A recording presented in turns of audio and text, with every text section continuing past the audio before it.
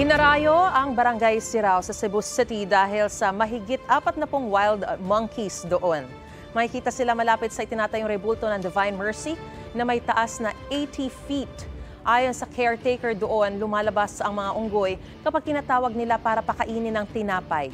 At pagkatapos kumain, bumabalik na raw sa gubat. Sanay na raw makipaghalubilo sa tao ang mga unggoy at hindi agresibo. Pero paalala ng Department of Environment and Natural Resources, iwasan ang pagpapakain sa mga unggoy dahil baka maging dependent sila. At kapag hindi na nabigyan, ay magwala. Nananawagan ng DENR sa mga namamahala sa lugar na may pag-ugnayan sa kanila. Mga kapuso, para una ka sa mga balita, mag-subscribe sa GMA Integrated News sa YouTube. Sa mga kapuso abroad, subaybayan niyo po kami sa GMA Pinoy TV at sa www.gmanews.tv.